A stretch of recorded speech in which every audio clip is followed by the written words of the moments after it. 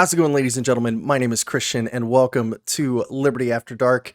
As you can tell, this is a little bit different. We're not doing a live stream today, and we're also in a new location. This is the new command center for Liberty After Dark. Just finished moving. It feels great to be back and starting to make content again. But I wanted to take some time today to do something a little different than our normal live streaming format. And I wanted to talk about 5 things that I wish I knew before I started getting into philosophy that would have helped me out so much with progressing through all of this and save me a lot of time. And perhaps maybe you guys can either learn something or gain from your own journey. So let's go ahead and start with number 1. The rules of elementary logic. This really consists of 3 things that I wish I had known, and I think a lot of people intuit, but I wish I had formally known the name and how to properly use them moving forward in philosophy. And that's the law of identities, which is essentially the idea that A equals A, and it is always A, right? Then you have the principle of contradiction, which is basically if you have something like A equals B and A is not equal to B, these 2 things cannot exist at the same time. They're mutually exclusive. So you can't have that because it's a contradiction. And the law of the excluded middle, which is basically that any claim that is made is either true or false. There is no in between. Whether or not we have the information to prove whether it is true or false isn't relevant really to the conversation. It's just identifying whether or not there is this middle, which, as far as we've known for thousands of years, there is no middle. Now, what's so important about these things is to be able to properly identify when they're being used incorrectly or when someone has a fundamental disagreement with you on these things, because that needs to be hashed out before anything else can happen.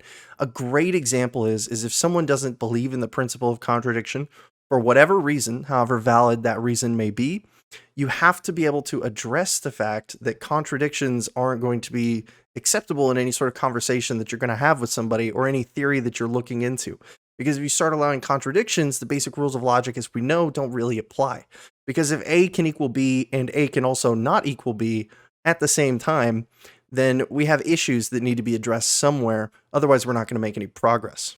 Which sort of works its way into the second point a little bit, which is something I've been hammering on a whole lot lately, which is number 2 on the list, Hume's Law. If I had known Hume's Law 5 years ago and how rigorous it was and how essentially undefeated it is even today, it would have saved me a lot of trouble. Hume's Law is essentially the idea that you cannot get an ought from an is. Now, I have a lot of people who ask questions about this, and so just to give another quick breakdown, the idea that you can't get an ought from an is because there's always some sort of external value claim. Whether it's that you valued the particular is, say, we evolved to eat meat, therefore we ought to eat meat. You're putting a value claim on the fact that we evolved to do something in order to then create this value claim. So it's not just inherently because something exists, we must do something. There's always another layer. And so Hume's Law is basically identifying that. While it seems like we can make a lot of rational oughts about the way we should live our lives from is, a great example. Cigarettes cause lung cancer. Therefore, you ought not to smoke cigarettes. There's a value claim in there that says that you don't want lung cancer. And while that may be extremely intuitive, that doesn't make it some moral law that you shouldn't smoke cigarettes. It's just a very sensible claim that if you don't want lung cancer, you shouldn't smoke cigarettes. Very sensible. But that is a value to value claim, not cigarettes cause lung cancer, therefore you shouldn't smoke them. I hope that distinction is made a little clearer. The third thing I put on here is how to properly identify arguments and fallacies.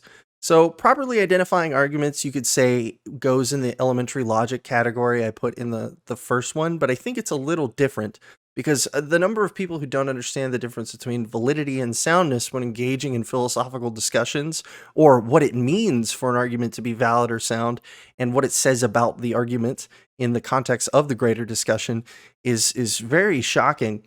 But to focus specifically on the portion on fallacies, I don't mean so much how to identify fallacies in this case, because I think a lot of us know a lot of really basic fallacies like the ad populum fallacy, the ad hominem fallacy, straw man. These are a lot of really common things that you hear, get thrown around by people a lot.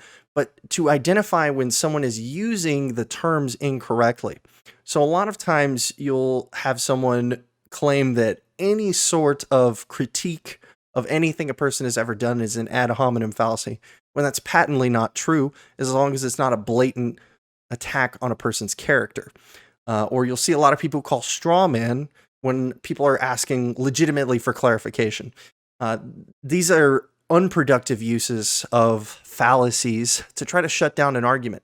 And really, I think it's important, if you want to be as productive as possible in a conversation, to know when someone is using a fallacy incorrectly, and maybe you can educate them on the topic as well when the opportunity arises. The fourth one I had was tools for effective rhetoric. So this is a little bit more complicated and it doesn't have as clean cut as an answer. But I think it's important for people to understand how to communicate their ideas. There's a lot of smart people I know who understand a lot of really good aspects of the philosophy to a really high degree, some of them way more than I do. But something I find a lot is that a lot of these people don't really know how to communicate that effectively. And that's where the rhetoric comes in. And this is something I'm working on all the time. Even sitting here in front of this camera, I'm trying to, every time I get in front of it, I try to practice this. And it's something I didn't really think about at all when I started doing this. Really, at the end of the day, if you want to convince somebody of whatever your claim you're making, you can be as logical and empirical as you'd like, but we're human beings governed by emotion. Hume talks about this a little bit in his book, The Treatise on Human Nature. But essentially, the idea is that we can't be completely disconnected from that emotional component. So I'm not saying that you have to go full pathos on somebody and just start bringing out the sob stories or anything like that. But something I've learned is how to make a logical argument compelling through choice of words, through inflection, through just a whole, like, analogies are a tool, a rhetoric tool, though I tend to suck at them greatly. There's a lot of different ways that you can approach these things in rhetoric to make yourself more convincing without changing any of the core structures of your argument, which I think is a really critical tool. If you've noticed, a lot of extremely wronged people in history have been amazing at rhetoric, and they get people to follow them not because they have good arguments or really anything backing them, but because they know how to talk. So knowing how to talk is a really important thing if you want to communicate your ideas to other people, and it's something that I wish I had known anything about, and I'm still working on to this day. And the last one, perhaps the most important on this entire list, even for someone like me who is always claiming to just be, I want nothing but the truth all the time whenever I'm on my show, I think learning how to identify and address your biases is extremely important. If you're going to try to have any sort of good, well-meaning conversation with anybody, regardless of if you're going to try to persuade them or just casually, you have to be able to identify where your vision might be clouded by things that you may not normally even see, right? So a great example was me early on doing this show.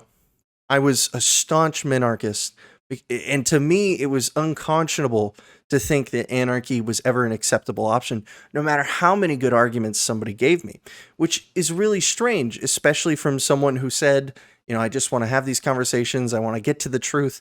A lot of times when I would rebut someone who would bring up like an anarchist claim, oh, it could never happen. Or what about the warlords or something like that? And none of these things were ever good arguments, ever. And I completely acknowledge that. I think it's something that I have the unique ability to do is to go back and listen to a lot of the things I've said or talked about in the past and say, I really shouldn't have said that. Or why did I think this way? And it can be hard sometimes to get yourself in the same mental space you were, especially if you're engaged in someone with a really spirited conversation and there's some genuine disagreement. It can be very difficult to communicate exactly what you're feeling and why. And sometimes we feel like we just know we're right when we can't put it into words. And a lot of times that's our biases showing. If you have all of the boxes in this list checked, and you're still coming into or leaving conversations and not providing good arguments to support your claims, you might be a victim of this one. And it happens to a lot of us, there's even a strong case to make that I have a bias towards anarchy now, which is fair, but it's something that I try to acknowledge whenever I am in any sort of conversation with people who might disagree with me, because I think it's extremely important that if we're going to have these fair conversations with people, and if we're going to push to the truth, that we have to be able to identify these things. So that's the whole list. I'll go through it one more time just to make sure everybody's caught up. First one's elementary logic. The second one is Hume's law, super important. I wanted to make it number one, but elementary logic is just so important I had to put it up there. How to properly identify arguments and fallacies, tools for effective rhetoric, and the last one was how to identify and address biases. So I hope you guys enjoyed this little short video. I thought some of you guys might find it interesting, but I also kind of made this because I'm looking at branching out and doing more types of videos like this, covering smaller topics that don't need a 2-hour podcast to go over, right? Where I just say the same things every time. So if any of these interest you, go ahead and leave a comment below if you want me to talk some more about it, maybe why it's important, go into some more detail, give more examples, talk about how it's used correctly and incorrectly, or what we can do to have more effective rhetoric, or how to identify biases a little deeper. If you want to go into a whole video on that, I'm more than welcome. But whatever you want to see, just let me know in the comments below. And make sure to like and subscribe on the video. I know everybody on YouTube says it, but if you guys really did enjoy this, it'd be a huge help to me if you'd go ahead and like and subscribe. But that's the last thing I got for you guys. I hope you enjoyed the video, and make sure to take it easy.